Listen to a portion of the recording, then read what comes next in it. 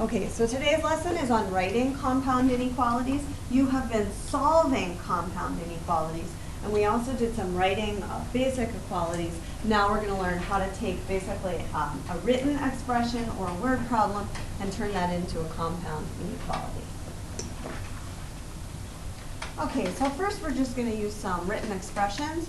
Write the compound inequality that represents the phrase, all real numbers greater than -2 and less than 6. So first of all, we're looking for those keywords like greater than and less than.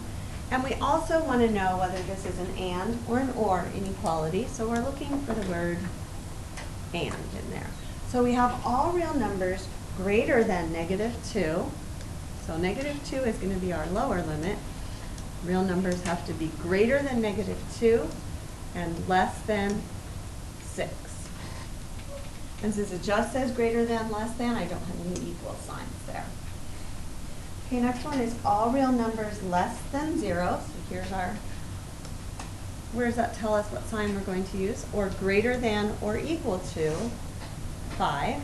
And we have the word or. So we're going to write two inequalities connected by the word or. So we have all real numbers less than 0 or all real numbers greater than or equal to 5.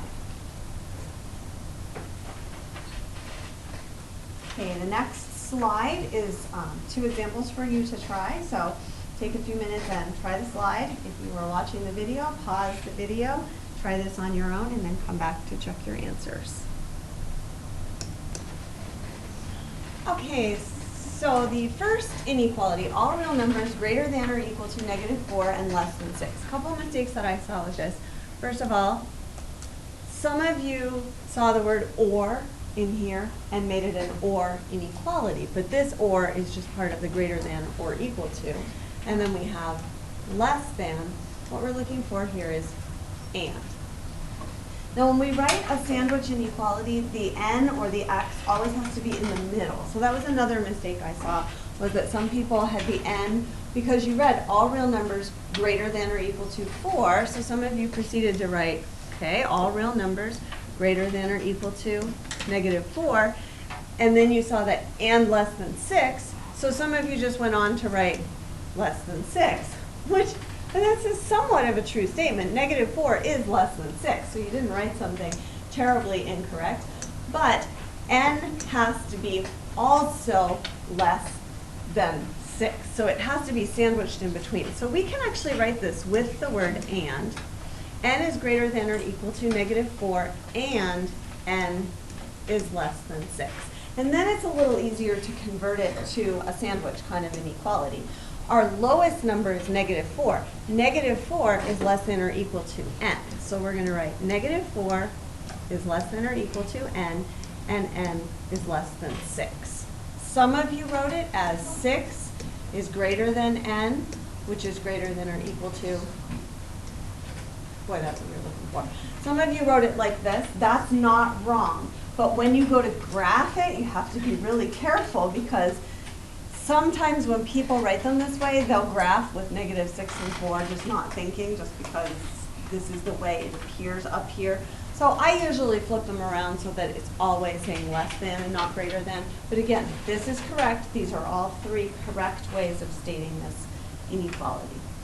Okay, this one was a little more predictable. All real numbers less than or equal to 2 or greater than 6.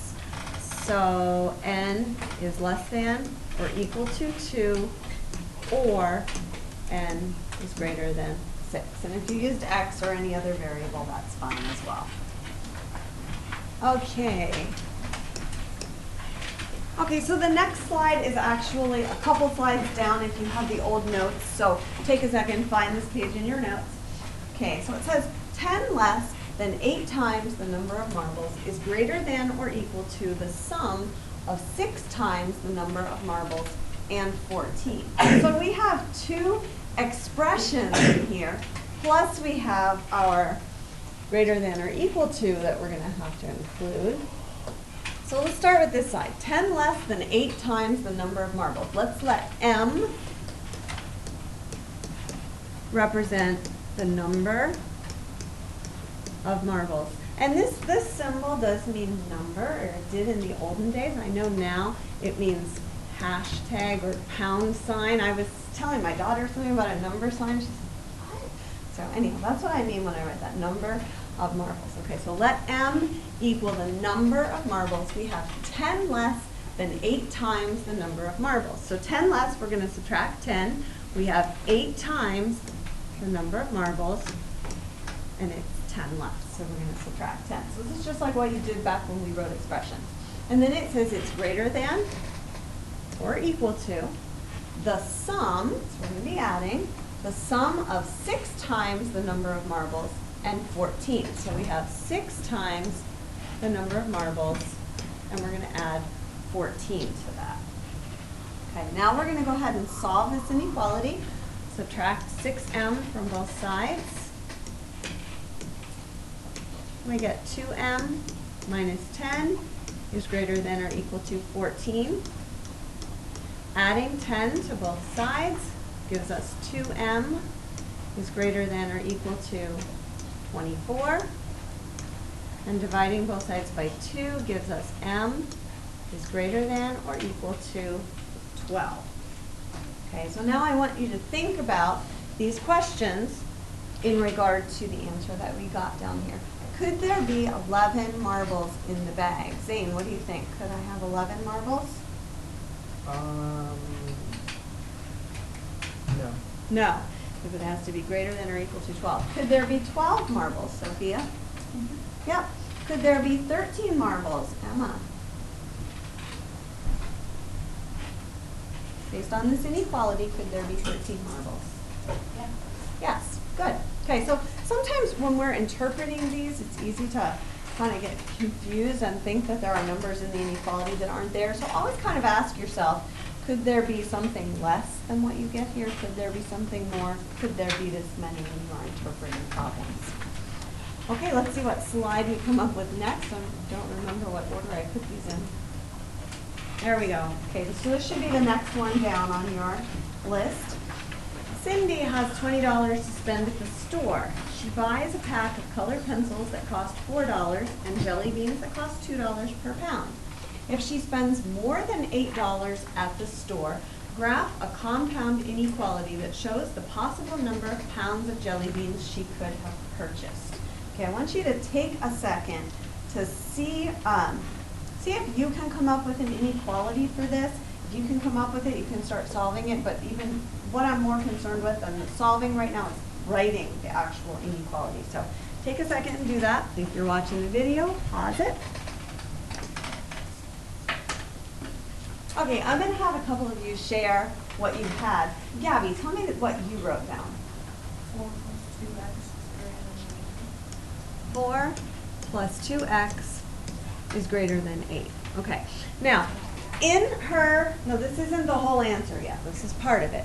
Gabby wrote an expression for the colored pencils cost $4, she just bought 1 pack, and jelly beans cost $2 per pound. So X in here is representing how many pounds of jelly beans she bought. And Gabby used this information that she spends more than $8 at the store. So 4 plus 2x has to be greater than 8. Now, who else was I looking at? Was it you, Hannah?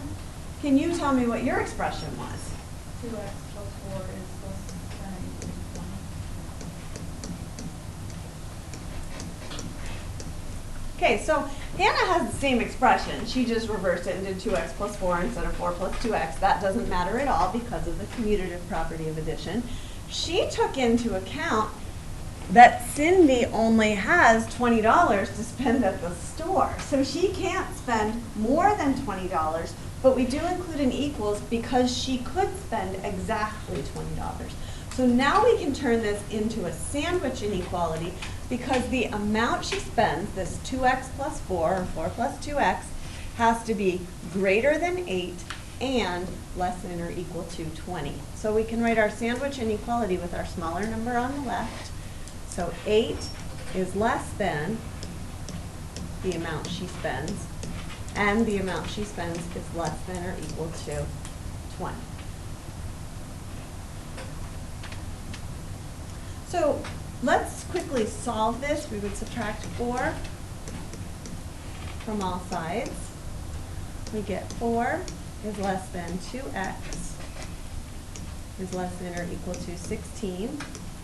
Dividing all sides by 2 gives us 2 is less than x, which is less than or equal to 8. So could she have purchased 7 pounds of jelly beans, Zoe?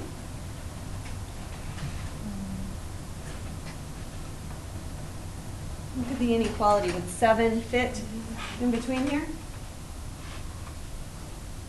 Could I replace x with 7? Is it true that 7 is greater than 2 and less than or equal to 8? So yeah, she could have purchased 7 pounds. Could she have purchased 8 pounds, Jocelyn?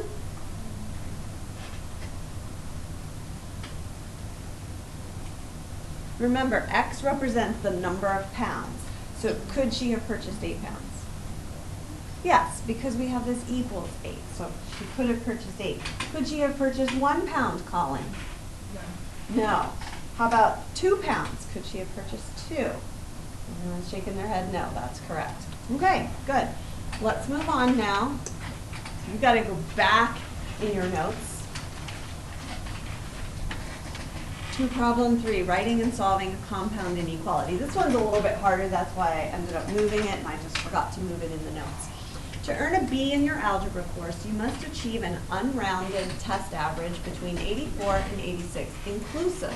You scored 86, 85, and 80 on the first 3 tests of the grading period.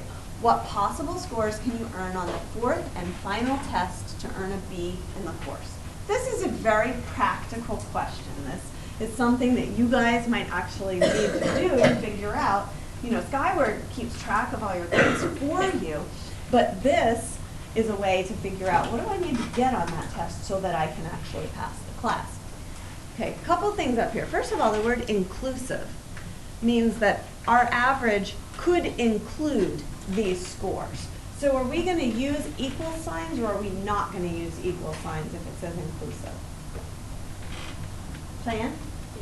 Yes, we would use equal signs because it says inclusive. So our average has to be in between 84. I'm going to use the word, just the letter A to represent average. It has to be in between 84 and 86. Now this is where it gets a little tricky because that was a pretty easy inequality to write, but we have these numbers to deal with as well.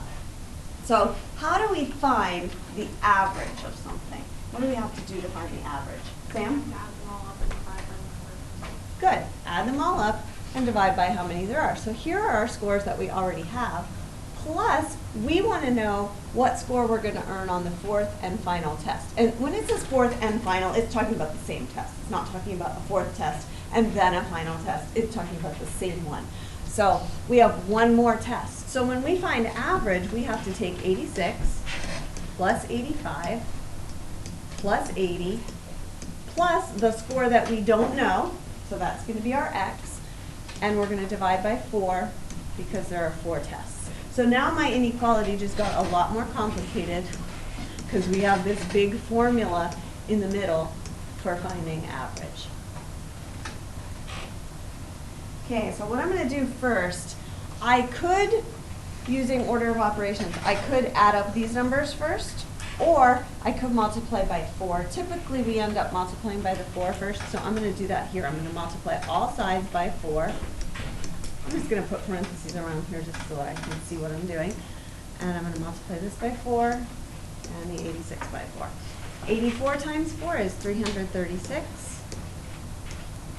And when I multiply by 4 here, that's just going to cancel this 4. So I'm going to be left with 86 plus 85 plus 80 plus x. 86 times 4 is 344.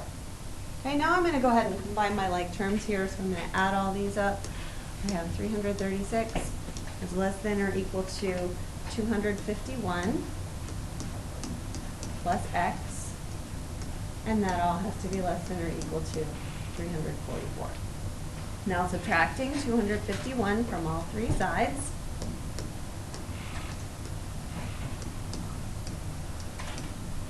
Gives us 85 is less than or equal to x is less than or equal to 93.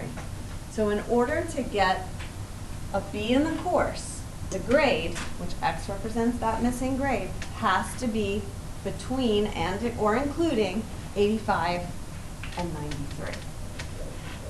Pretty nifty little trick there. Okay, question posed here is, what if you have 79, 64, and 72 as your grades? Is it possible to get a B? So we're going to need to go through the same procedure that we went through here and find out, solve for x, to find out if it's even possible to get a B. You may find that it is, you may find that it's not. So let's take a second, pause the video, and try this question. Okay. Okay, so just going over this last one briefly, if you go through the same procedure for this one, you're going to find that x is between 121 and 129. Now, even with extra credit, nobody's going to get 121% on a test, most likely. So we would conclude that no, it is not possible to get a B because those scores are not scores that you would be able to get on a test. Okay, your assignment is in your textbook. It's on page 204, and you're going to do problems 1, 3, 9, 10, and 42. So for all of these problems, write an inequality, solve the inequality, and then also show it on a graph. And you can do just a modified graph with just 3 numbers.